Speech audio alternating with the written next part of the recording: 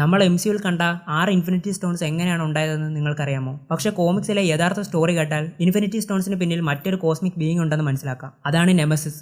എങ്ങനെയാണ് infinity stones ഉണ്ടായത്? പിന്നെ മാർവലിൽ ഉണ്ടായിരുന്ന 6ാമത്തെ ഇൻഫിനിറ്റി ജെം എന്തായിരുന്നു? നെമസിസ് ഒരു സാധാരണ മാർവൽ വില്ലൻ അല്ല. ഇൻഫിനിറ്റി ജെംസിന്റെ ഒറിജിനൽ പവറുമായി ബന്ധമുള്ള ഒരേയൊരു കോസ്മിക് എൻറ്റിറ്റി ആയിട്ടാണ് അവളെ കോമിക്സിൽ അവതരിപ്പിക്കുന്നത്. കഥ പ്രകാരം മാർവൽ യൂണിവേഴ്സിൽ നെമസിസ് എന്നൊരു പവർഫുൾ ബീയിങ് ഉണ്ടായിരുന്നു. അവൾ ഈ ഒരു എക്സിസ്റ്റൻസിൽ ഒറ്റയ്ക്ക് നിലനിന്നിരുന്ന സമയത്ത് സ്വന്തം ലോൺലിനെസ്സും ഡിസ്പയറും കാരണം അവൾ സ്വയം ഡിസ്ട്രോയ് ചെയ്യുന്നു. അവളുടെ ഡിസ്ട്രക്ഷന്റെ എനർജിയാണ് പിന്നീട് ഇൻഫിനിറ്റി സ്റ്റോൺസ് അല്ലെങ്കിൽ ഇൻഫിനിറ്റി ജെംസ് ആയി സ്പ്ലിറ്റ് ചെയ്യപ്പെട്ടത്. അതാണ് ഇതിലെ ഏറ്റവും ക്രേസി പാർട്ട്. നമുക്ക് എല്ലാവർക്കും അറിയുന്ന ആ 6 infinity stones space, mind, reality, power, time, പിന്നീട് സോൾ. പക്ഷേ കോമിക്സിൽ ഒരു പോയിന്റിൽ 7ാമത്തെ ജെം കൂടി ഉണ്ടായിരുന്നു. അതിന്റെ പേര് ഈഗോ ജെം അല്ലെങ്കിൽ ഈഗോ സ്റ്റോൺ. പക്ഷേ ഈ ഒരു സ്റ്റോണിന് സ്വന്തമായിട്ട് കോൺഷ്യസ് ഉണ്ടായിരുന്നു. അതിന്റെ കണക്ഷൻ ഡയറക്റ്റ് നെമസിസിനോടായിരുന്നു.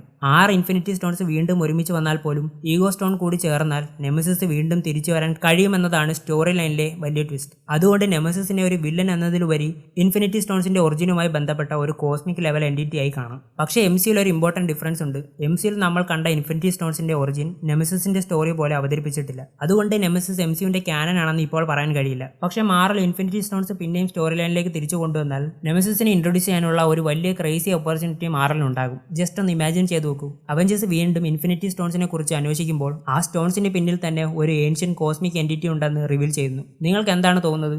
നെമസിസ് MCUവിൽ വരാൻ സാധ്യതയുണ്ടോ?